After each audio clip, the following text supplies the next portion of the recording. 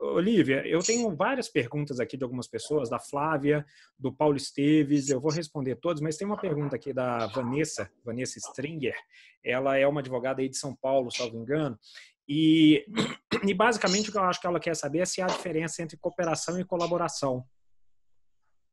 Cooperação e colaboração? Bom, acho que o conceito, as etimologias das palavras, acho que não sei dizer. Não, é porque, na verdade, o que ela está abordando aqui seria o seguinte: existe diferenciação entre a advocacia colaborativa e a advocacia cooperativa? Não, eu acho assim, vamos lá, o que a gente, porque até queria também já pegar um gancho, Marcelo, adorei a frase que você usou, né, que a colaboração ela transcende qualquer método. Acho perfeito isso. Colaboração é uma expressão muito ampla, né? Uma expressão, né, você pode estar num litígio extremamente colaborativo, né? Então é uma postura, nesse sentido você está falando de uma atitude, uma postura.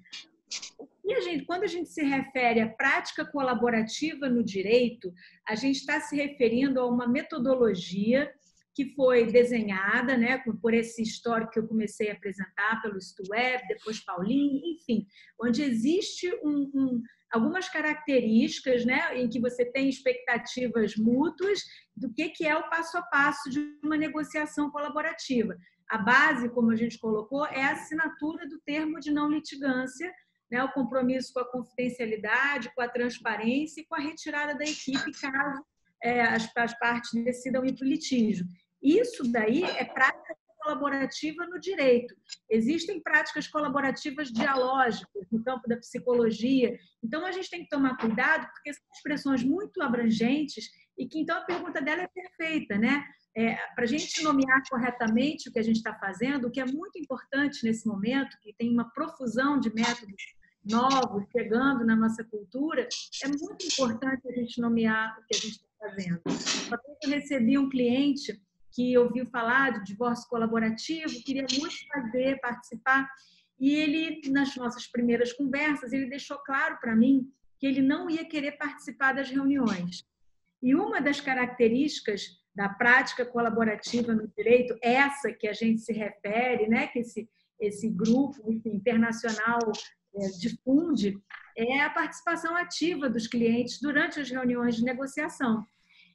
Então, eu identifiquei com ele que tudo bem, eu poderia até assessorá-lo, construir um acordo, mas que eu não poderia chamar aquilo de prática colaborativa, porque eu estaria fazendo uma negociação que poderia ser muito colaborativa, mas eu acho importante a gente nomear corretamente aquilo que a gente está fazendo, até para que a gente, né, possa incorporar na nossa cultura e entender.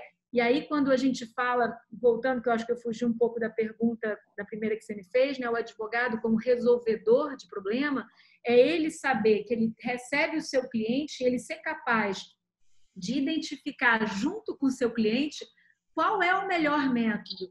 Pode ser, no caso desse meu cliente, ele não tinha disponibilidade, enfim, era uma situação específica, eu só quis trazer esse.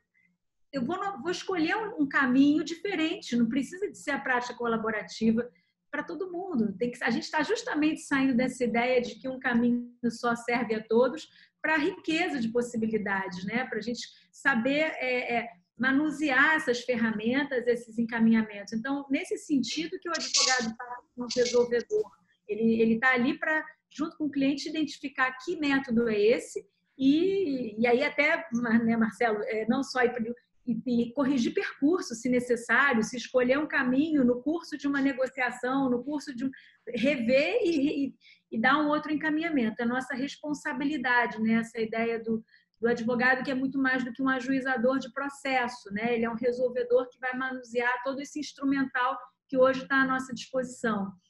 Então, nesse sentido que eu queria chamar a atenção, porque existe ainda muita confusão. É tudo conciliação, tudo é prática colaborativa. Eu não sou advogado colaborativo, não assino não litigância, mas sou muito colaborativo, sou cooperativo. Então, a gente tem que tomar cuidado, porque não tem um juízo de valor aí. Tem só uma delimitação para a gente identificar o que a gente está falando, o que a gente está fazendo, e ficar todo mundo na mesma página, né? Existe hoje a constelação. Então, assim, as coisas elas estão ficando quase todas num caldeirão, e às vezes a gente acaba confundindo as coisas, né? Mediação, o que é o quê? elas têm muitas semelhanças, mas são caminhos diferentes. Então, muito importante, eu tenho frisado muito isso, importante a gente nomear corretamente aquilo que a gente está fazendo, até para a gente transitar de um método para o outro, até para a gente configurar bem as nossas expectativas com a outra parte, com o outro colega, enfim, para todo mundo compreender o que está fazendo.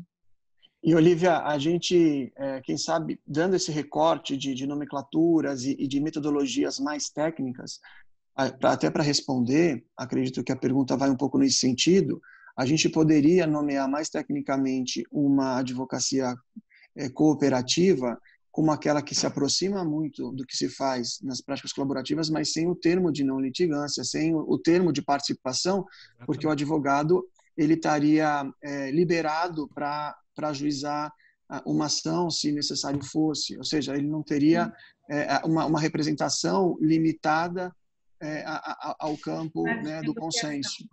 A gente usa bastante essa expressão para tentar criar essa porta de diferença, né? Eu queria fazer... Desculpa. Não, por favor, Fran. Adolfo. Só queria fazer um complemento, tanto para a Olivia quanto para o Marcelo, que concordo plenamente e acho que a gente deve acrescentar, pensando na prática colaborativa, acrescentar também não só os operadores de direito, mas acrescentar os outros profissionais, né? Que mesmo na qualidade daqueles profissionais que têm o expertise, estão no ambiente de colaboração. E aí vem a pergunta que a Olivia fala, o que significa colaboração isso, hoje, né?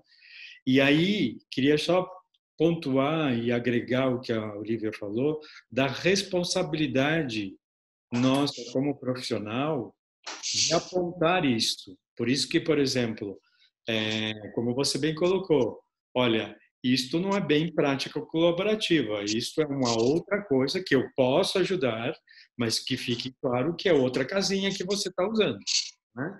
Então, isso acho que hoje a gente tem uma diversidade muito grande de metodologias de resolução de conflito, de transformação de conflito, e aí a grande vantagem de se pensar é para tudo tem a possibilidade de escolha por parte do cliente e adequação por parte do profissional com o dever que a Olivia colocou de ter claro que isso aqui é uma outra coisa, podemos fazer assim, mas fique claro que isso, e aí é um dever nosso, e aí a necessidade da preparação que é fundamental, né? Que a gente necessita hoje muito claramente aqui no Brasil. E lembrando que muitas vezes o cliente não pode escolher sozinho, especialmente se for um conflito com mais pessoas, a escolha individual de um quer práticas colaborativas, mas o outro não quer, você vai tentar entrar em outra porta, porque essa vai estar fechada por um, né? Tá todo mundo ali na mesma situação.